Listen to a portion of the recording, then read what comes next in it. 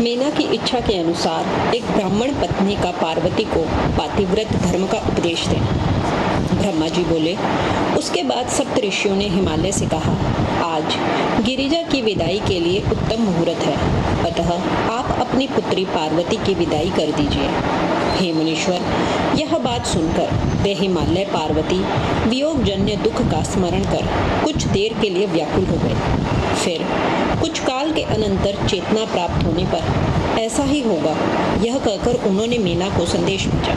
हे मुने, शैल का संदेश सुनकर मीना हर्ष तथा शोक से युक्त हो गई और गिरिजा को विदा कराने के लिए उद्युत हो गई। हे मुने, हिमाचल प्रिया उन मीना ने प्रथम वेद तथा अपने कुल की रीति संपन्न की। फिर पार्वती की यात्रा के निमित्त वे नाना प्रकार के मंगल विधान करने लगे।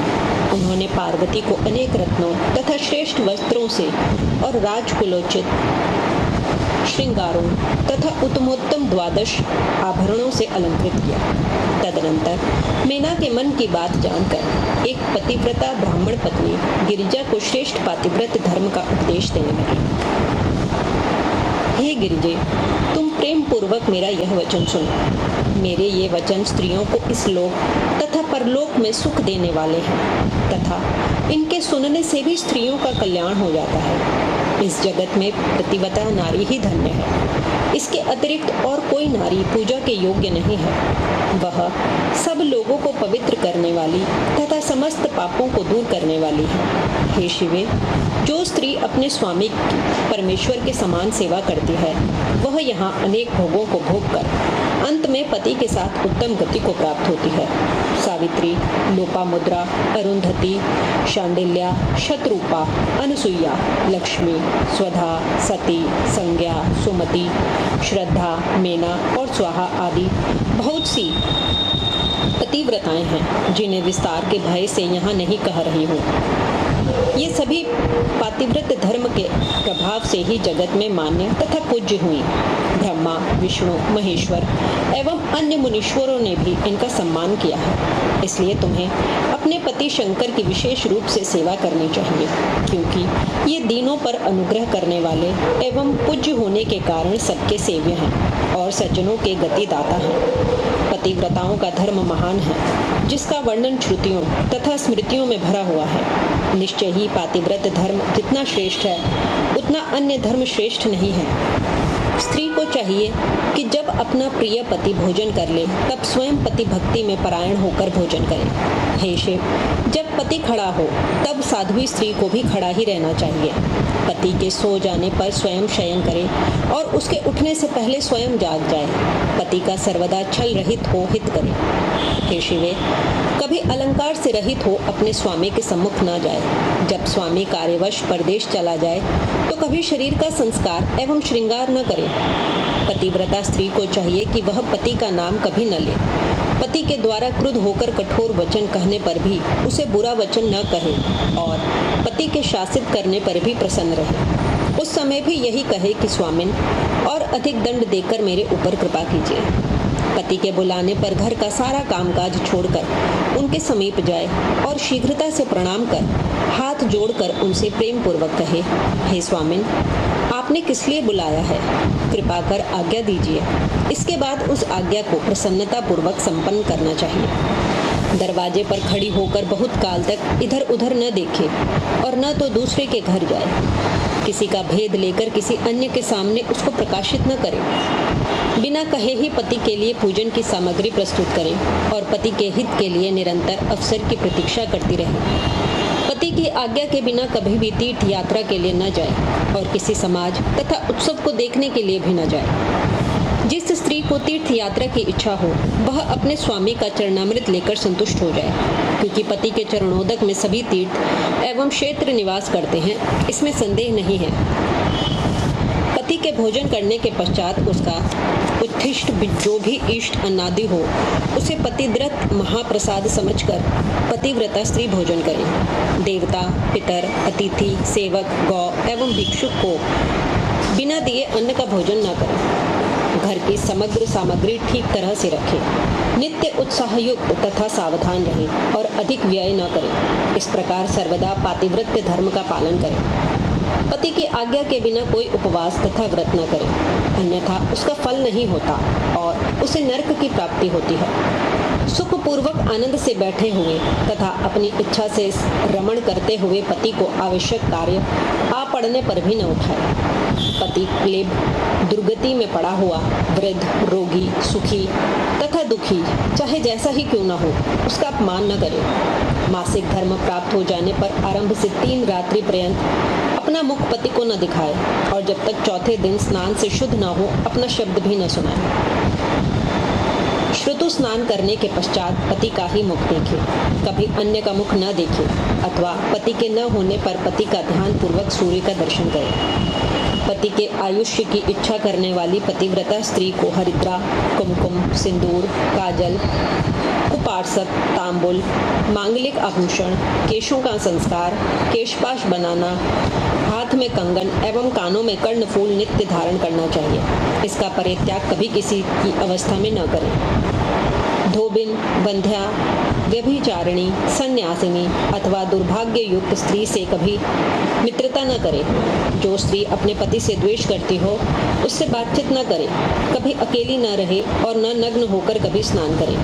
ओखली, मूसल, बुहारी, सील, लोड़ा तथा देहली पर सती स्त्री कभी न बैठे। सहवास के अतिरिक्त और किसी समय पति से धृष्टता न करें। अपना पति जिससे प्रेम करे उसी से प्रेम करें। पति के प्रसन्न होने पर प्रसन्न रहे, पति के दुखी होने पर दुखी रहे तथा पति के प्रिय में ही अपना प्रिय समझे। इस प्रकार पतिव्रता स्त्री सदैव पति के हित की इच्छा करे। पतिव्रता स्त्री सदैव संपत्ति तथा विपत्ति दोनों अवस्थाओं में एक रूप रहे, विकार उपस्थित होने पर कभी विकृत न हो और सदैव धैर्य धारण करे। घी, नमक, तेल आदि के न होने पर भी पतिव्रता स्त्री पति से नहीं है ऐसा न कहे और पति को किसी असाध्य कार्य में नियुक्त न करे। ब्रह्मा, विष्णु तथा शिव से भी अधिक पति का महत्व है। अतः हे देवेशी, पतिव्रता अपने पति को साक्षात शिव स्वरूप ही समझे। पति की आज्ञा का उल्लंघन करके जो स्त्री व्रत, उपवास तथा नियम आदि का आचरण करती है वह अपने पति की आयु का हरण करती है और मरने पर नरक प्राप्त करती है। जो स्त्री क्रुद्ध होकर पति के कुछ कहने पर उसका प्रत्युत्तर करती है वह ग्राम की कुटिया अथवा निर्जन वन में श्रृगाली करती है। स्त्री को चाहिए कि वह पति से ऊंचे स्थान पर न बैठे, दुष्टों के समीप न जाए और कभी भी पति से कातर वाक्य न कहे, किसी की निंदा या आक्षेप युक्त बात न कहे, दूर से ही कलह का परित्याग करे। गुरुजनों के समीप कभी जोर से न बोले और न जोर से हंसे। पति को बाहर से आया हुआ देखकर शीघ्रता से अन्न, जल, भोजन, तांबूल, वस्त्र, पात संवाहन, खेद दूर करने वाले मीठे वचन के द्वारा जो स्त्री अपने स्वामी को प्रसन्न रखती है, मानो उसने त्रिलोक को क्यों प्रसन्न कर लिया। माता, पिता, पुत्र, भाई तो स्त्री को बहुत थोड़ा ही सुख देते हैं, परंतु पति तो अपरिमित सुख देता है। इसलिए स्त्री को चाहिए कि वह पति का सदैव पूजन करे। पति ही देवता, गुरु, भर्ता, धर्म, तीर्थ एवं व्रत आदि सब कुछ है। इसलिए सब कुछ छोड़कर एकमात्र पति का ही पूजन करे। जो दुष्ट स्त्री अपने पति को छोड़कर एकांत में दूसरे के पास जाती है वह वृक्ष के कोटर में रहने वाली उलूकी होती है। जो स्वामी के द्वारा ताड़न करने पर स्वयं भी ताड़न करना चाहती है वह वृषभ भक्षिणी व्याघ्री होती है। जो अपने पति को छोड़कर अन्य से कटाक्ष करती है वह केकराक्षी होती है। जो अपने पति को बिना दिए मिष्ठान खा लेती है वह ग्राम सुकरी अथवा अपनी विष्ठा खाने वाली बकरी होती है। जो अपने पति को तू कहकर बोलती है वह जन्मांतर में गूंगी होती है और जो अपनी सौत से डाह करती है वह बारंबार विधवा होती है। जो अपने स्वामी की दृष्टि बचाकर किसी अन्य पुरुष को देखती है वह काणी, कुमुखी तथा कुरूपा होती है। जैसे जीवन के बिना देह क्षण मात्र में अशुचि हो जाती है, उसी प्रकार अपने स्वामी के बिना स्त्री अच्छी तरह स्नान करने पर भी अपवित्र ही रहती है। इस लोक में उसकी माता धन्य है और उसके पिता भी धन्य हैं तथा उसका वह पति भी धन्य है जिसके घर में पतिव्रता स्त्री का निवास होता है। पतिव्रता स्त्री के पुण्य से उसके पितृवंश, मातृवंश तथा पतिवंश के 3 पूर्वज स्वर्ग में सुख भोगते हैं। दुराचारणी स्त्रियां अपने दुराचरण के कारण माता पिता तथा पति इन तीनों कुलों को नरक में गिराती हैं और वे इस लोक तथा परलोक में सदैव दुखी रहती हैं। पतिव्रता के चरण जहाँ जहाँ पड़ते हैं वहाँ वहाँ की पृथ्वी सदा पाप का हरण करने वाली तथा अत्यंत पवित्र हो जाती है। सर्वव्यापक सूर्य, चंद्रमा तथा वायु भी अपनी पतिव्रता के लिए ही पतिव्रता का स्पर्श करते हैं, अन्य किसी कारण से नहीं। जल तो सदैव पतिव्रता का स्पर्श चाहते हैं। वे कहते हैं कि आज इस पतिव्रता के स्पर्श से हमारी जड़ता नष्ट हो गई और हमें दूसरे को पवित्र करने की योग्यता प्राप्त हुई। भार्या गृहस्थ का मूल है, भार्या ही सुख का मूल है। धर्म फल की प्राप्ति एवं संतान वृद्धि के लिए भार्या की अत्यंत आवश्यकता है। क्या अपने रूप लावण्य का गर्व करने वाली स्त्रियां प्रत्येक घरों में नहीं हैं, किंतु विश्वेश्वर में भक्ति करने से ही पतिव्रता स्त्री प्राप्त होती है। भार्या के द्वारा ही इस लोक तथा परलोक दोनों लोकों पर विजय प्राप्त की जा सकती है। देवकर्म, पितृकर्म, अतिथि कर्म तथा यज्ञ कर्म बिना भार्या के फलवान नहीं होता। गृहस्थ उसी को कहते हैं जिसके घर में पतिव्रता स्त्री का निवास है। अन्य स्त्रियां तो प्रतिदिन जरा राक्षसी के समान पुरुष को ग्रसती रहती हैं। जिस प्रकार गंगा स्नान से शरीर पवित्र हो जाता है, उसी प्रकार पतिव्रता स्त्री के दर्शन मात्र से सब कुछ पवित्र हो जाता है। गंगा तथा पतिव्रता स्त्री में कोई भेद नहीं है। वे दोनों स्त्री पुरुष शिव तथा पार्वती के तुल्य हैं। अतः बुद्धिमान पुरुष को उनका पूजन करना चाहिए। पति ओमकार है तो स्त्री श्रुति वेद है। पति तप है तो स्त्री क्षमा है। स्त्री सत्क्रिया है तो पति उसका फल है। हे शिवे, इस प्रकार के दंपति धन्य हैं। हे पार्वती, इस प्रकार से मैंने तुमसे पातिव्रत्य धर्म का निरूपण किया। अब उन पातिव्रताओं के भेद सावधानी के साथ प्रेम पूर्वक सुनो। उत्तम आदि के भेद से पतिव्रता स्त्रियां 4 प्रकार की कही गई हैं, जिनके स्मरण से पाप नष्ट हो जाते हैं। उत्तम, मध्य, निकृष्ट तथा अति निकृष्ट, ये 4 भेद पतिव्रताओं के होते हैं। अब मैं उनका लक्षण कह रही हूँ, सावधान होकर उसका श्रवण करो। जिसका मन स्वप्न में भी अपने पति को ही देखता है और कभी परपति में नहीं जाता, हे बद्रे, वह उत्तम पतिव्रता कही गई है। जो दूसरों के पतियों को पिता, भ्राता तथा पुत्र के समान सद्बुद्धि से देखती है, हे पार्वती, वह मध्यम पतिव्रता कही गई है।